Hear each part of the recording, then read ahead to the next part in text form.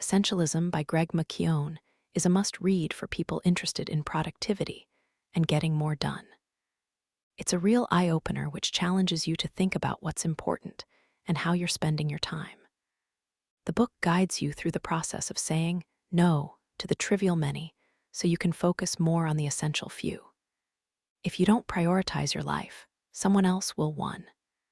The essentialist, the way of the essentialist means living by design, not by default. Instead of making choices reactively, the essentialist deliberately distinguishes the vital few from the trivial many, eliminates the non-essentials, and then removes obstacles so the essential things have clear, smooth passage. In other words, essentialism is a disciplined, systematic approach for determining where our highest point of contribution lies, then making execution of those things almost effortless. Part 1. Essence. What is the core mindset of an essentialist? There are 3 deeply entrenched assumptions we must conquer to live the way of the essentialist. I have to, it's all important, and I can do both. To embrace the essence of essentialism requires we replace these false assumptions with 3 core truths. I choose to, only a few things really matter, and I can do anything but not everything. These simple truths free us to pursue what really matters. To choose, the invincible power of choice to become an essentialist requires a heightened awareness of our ability to choose. We need to recognize it as an invincible power within us, existing separate and distinct from any other thing, person, or force. When we forget our ability to choose, we learn to be helpless. In turn, we surrender our power to choose. That is the path of the non-essentialist. The essentialist doesn't just recognize the power of choice, he celebrates it. The essentialist knows that when we surrender our right to choose, we give others not just the power, but also the explicit permission to choose for us. 2-3. Discern. The unimportance of practically everything. The essentialist takes the time to explore all his options. The extra investment is justified because some things are so much more important that they repay the effort invested in finding those things tenfold. An essentialist, in other words, discerns more so he can do less. 4. Trade-off. Which problem do I want? Essentialists see trade-offs as an inherent part of life, not as an inherently negative part of life. Instead of asking, what do I have to give up? They ask, what do I want to go big on? The cumulative impact of this small change in thinking can be profound. Trade-offs are not something to be ignored or decried. They're something to be embraced and made deliberately, strategically, and thoughtfully. Part 2. Explore. How can we discern the trivial many from the vital few? Essentialists spend as much time as possible exploring, listening, debating, questioning, and thinking. But their exploration is not an end in itself. The purpose of the exploration is to discern the vital few from the trivial many. 5. Escape. The perks of being unavailable. We need space to escape in order to discern the essential few from the trivial many. Unfortunately, in our time-starved era, we don't get that space by default, only by design. Space to design. Where can you go to escape from distractions so you can create the space you need to think? Space to concentrate. When can you schedule time into your calendar for thinking about big picture stuff and all the things going on inside your head? Taking time out to do nothing, but think can be extremely beneficial. Space to read. When can you schedule time for reading classical literature, not blogs, modern books, or the latest news? 6. Look. See what really matters. Have you ever felt lost and unsure about what to focus on? Have you ever felt overwhelmed by all of the information bombarding you and not sure what to make of it? Have you ever missed the point to something in your work or at home and not? 3. Realized your mistake until it was too late. If so, this next essentialist skill will be immensely valuable. Stop hyper-focusing on all the minor details and see the bigger picture. Discerning what is essential to explore requires us to be disciplined in how we scan and filter all the competing and conflicting facts, options, and opinions constantly vying for our attention. Here are some tactics to help you focus on the big picture. Keep a journal. Get out into the field. Get out there and fully explore the problem. Keep your eyes peeled for abnormal or unusual details. Clarify the question. What question are you trying to answer? 7. Play. Embrace the wisdom of your inner child. Play is fundamental to living the way of the essentialist because it fuels exploration in at least 3 specific ways. First, play broadens the range of options available to us. It helps us to see possibilities we otherwise wouldn't have seen and make connections we would otherwise not have made. It opens our minds and broadens our perspective. It helps us challenge old assumptions and makes us more receptive to untested ideas. It gives us permission to expand our own stream of consciousness and come up with new stories.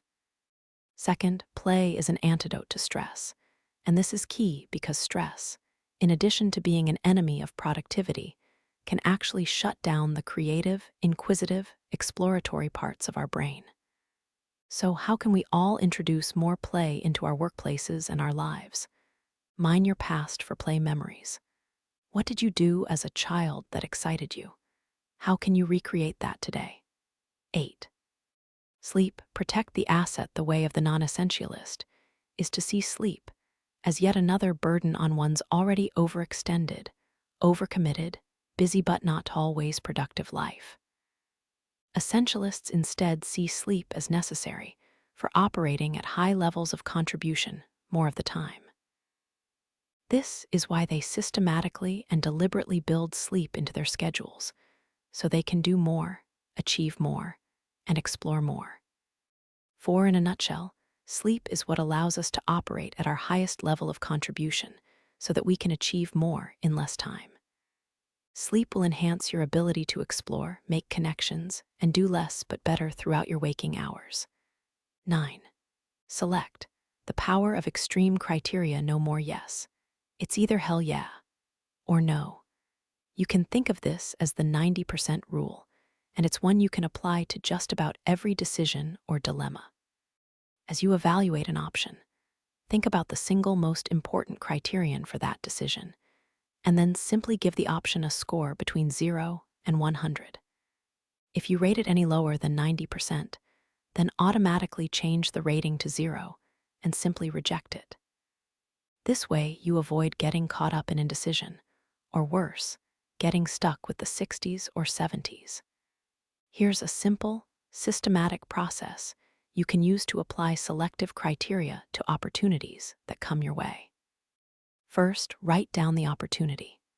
Second, write down a list of 3 minimum criteria the options would need to pass in order to be considered. Third, write down a list of 3 ideal or extreme criteria the options would need to pass in order to be considered. By definition, if the opportunity doesn't pass the first set of criteria, the answer is obviously no. But if it also doesn't pass 2 of your 3 extreme criteria, the answer is still no. Part 3. Eliminate. How can we cut out the trivial many? Part 3 of this book will show you how to eliminate the non-essentials so you can make a higher level of contribution toward the things that are actually vital. So once you have sufficiently explored your options, the question you should be asking yourself is not, what of my list of competing priorities should I say yes to? Instead, ask the essential question, what will I say no to? This is the question that will uncover your true priorities. 10. Clarify. One decision that makes 1,000 the first type of non-essential you're going to learn how to eliminate is simply any activity that is misaligned with what you are intending to achieve. When there is a serious lack of clarity about what the team stands for and what their goals and roles are, people experience confusion, stress, and frustration. When there is a high level of clarity, on the other hand, people thrive. 5. An essential intent, on the other hand, is both inspirational and concrete, both meaningful and measurable. Done right, an essential intent is one decision that settles 1,000 later decisions. An essential intent doesn't have to be elegantly crafted. It's the substance, not the style, that counts. Instead, ask the more essential question that will inform every future decision you will ever make. If we could be truly excellent at only one thing, what would it be? Creating an essential intent is hard. It takes courage, insight, and foresight to see which activities and efforts will add up to your single highest point of contribution. It takes asking tough questions, making real trade-offs, and exercising serious discipline to cut out the competing priorities that distract us from our true intention. Yet, it is worth the effort because only with real clarity of purpose can people, teams, and organizations fully mobilize and achieve something truly excellent. 11. Dare. The power of a graceful no. Have you ever said yes when you meant no simply to avoid conflict or friction? Navigating these moments with courage and grace is one of the most important skills to master in becoming an essentialist, and one of the hardest. 6. So why is it so hard in the moment to dare to choose what is essential over what is non-essential? One simple answer is we are unclear about what is essential. When this happens, we become defenseless. A true essentialist, Peter Drucker, believed that people are effective because they say no. The point is to say no to the non-essentials, so we can say yes to the things that really matter. It is to say no, frequently and gracefully, to everything but what is truly vital. Essentialists accept they cannot be popular with everyone all of the time. Yes, saying no respectfully, reasonably, and gracefully can come at a short-term social cost. 12. UNCOMIT. Win big by cutting your losses. Sunk cost bias is the tendency to continue to invest time, money, or energy into something we know is a losing proposition simply because we have already incurred or sunk a cost that cannot be recouped. A non-essentialist can't break free of traps like these. An essentialist has the courage and confidence to admit his or her mistakes and uncommit, no matter the sunk costs. Don't ask, how will I feel if I miss out on this opportunity? But rather, if I did not have this opportunity, how much would I be willing to sacrifice in order to obtain it? 13. Edit. The invisible art editing, which involves the strict elimination of the trivial, unimportant, or irrelevant, is an essentialist craft. An editor is not merely someone who says no to things. A 3-year-old can do that. Nor does an editor simply eliminate. In fact, in a way, an editor actually adds. What I mean is that a good editor is someone who uses deliberate subtraction to actually add life to the ideas, setting, plot, and characters. Cut.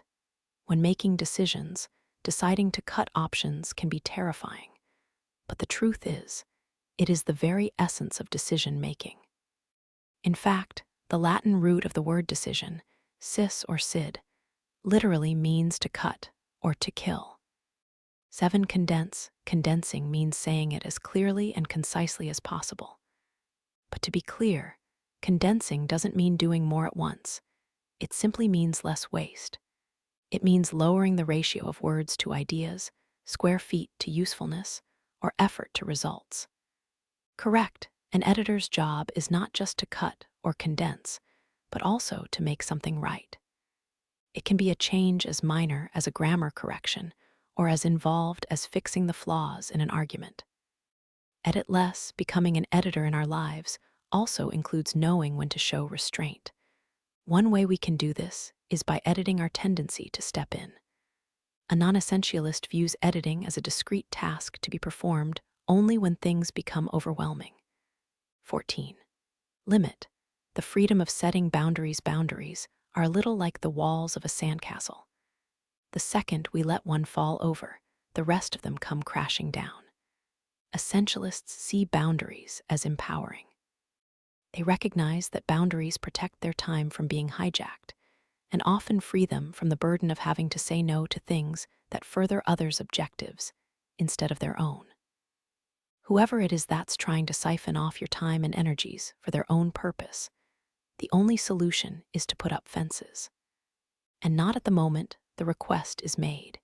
You need to put up your fences well in advance, clearly demarcating what's off limits so you can head off time wasters and boundary pushers at the pass.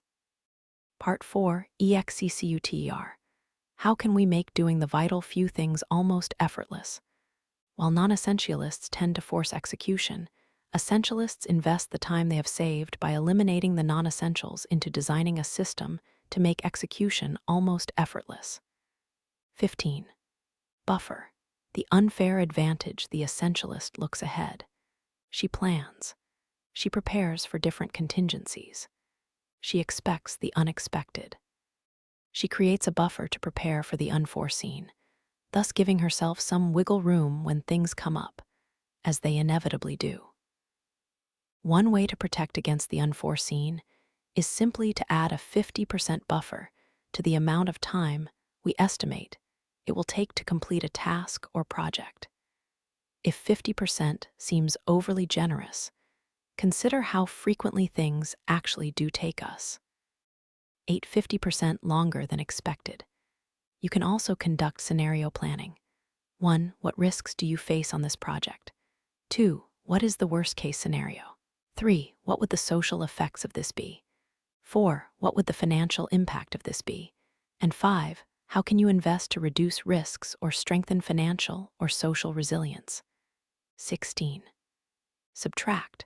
Bring forth more by removing obstacles. The question is this: what is the slowest hiker in your job or your life? What is the obstacle that is keeping you back from achieving what really matters to you?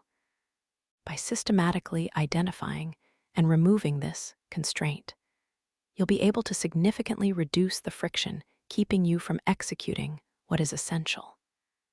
Essentialists don't default to band-aid solutions. Instead of looking for the most obvious or immediate obstacles, they look for the ones slowing down progress. When identifying your slowest hiker, one important thing to keep in mind is that even activities that are productive, like doing research, or emailing people for information, or rewriting the report in order to get it perfect the first time around, can be obstacles. To reduce the friction with another person, apply the catch more flies with honey approach. Send him an email, but instead of asking if he has done the work for you, which obviously he hasn't, go and see him. Ask him what obstacles or bottlenecks are holding you back from achieving X, and how can I help remove these? Instead of pestering him, offer sincerely to support him. You will get a warmer reply than you would by just emailing him another demand. 17. Progress. The power of small wins. The way of the essentialist is different. Instead of trying to accomplish it all and all at once, and flaring out, the essentialist starts small and celebrates progress. Instead of going for the big, flashy wins that don't really matter, the essentialist pursues small and simple wins in areas that are essential. Research has shown that of all forms of human motivation, the most effective one is progress. Why?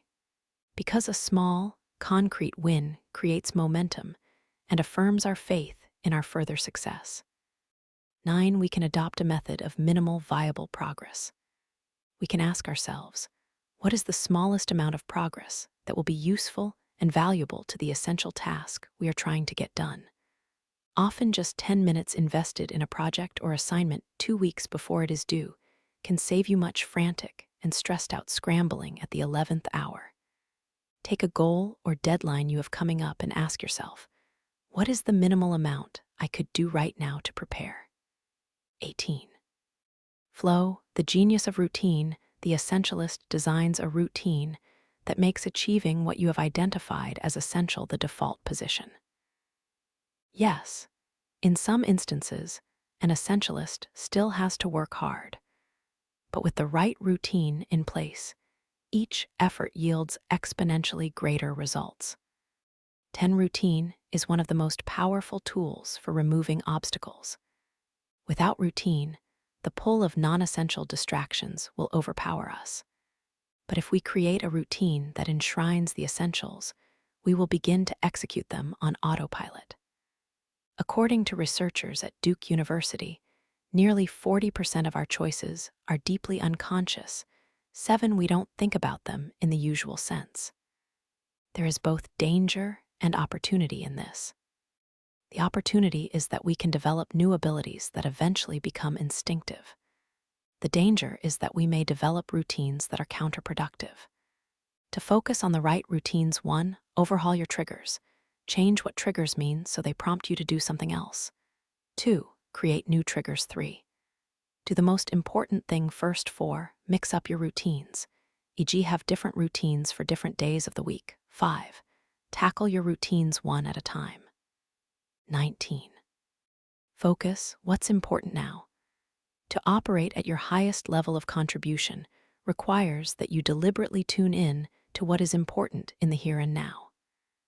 Every second spent worrying about a past or future moment distracts us from what is important in the here and now. When faced with so many tasks and obligations that you can't figure out which to tackle first, stop. Take a deep breath. Get present in the moment and ask yourself what is most important this very second, not what's most important tomorrow or even an hour from now. If you're not sure, make a list of everything vying for your attention and cross off anything that is not important right now. Pay attention through the day for your own kairos moments. Write them down in your journal. Think about what triggered that moment and what brought you out of it. Now that you know what triggers the moment, try to recreate it. 20. Be the essentialist life. There are 2 ways of thinking about essentialism.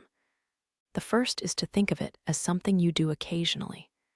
The second is to think of it as something you are. In the former, essentialism is one more thing to add to your already overstuffed life. In the latter, it is a different way, a simpler way of doing everything. It becomes a lifestyle.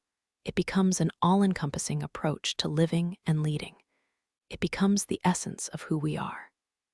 11. You will gain confidence in your ability to pause, push back, or not rush in. You will feel less and less a function of other people's to-do lists and agendas. Remember that if you don't prioritize your life, someone else will.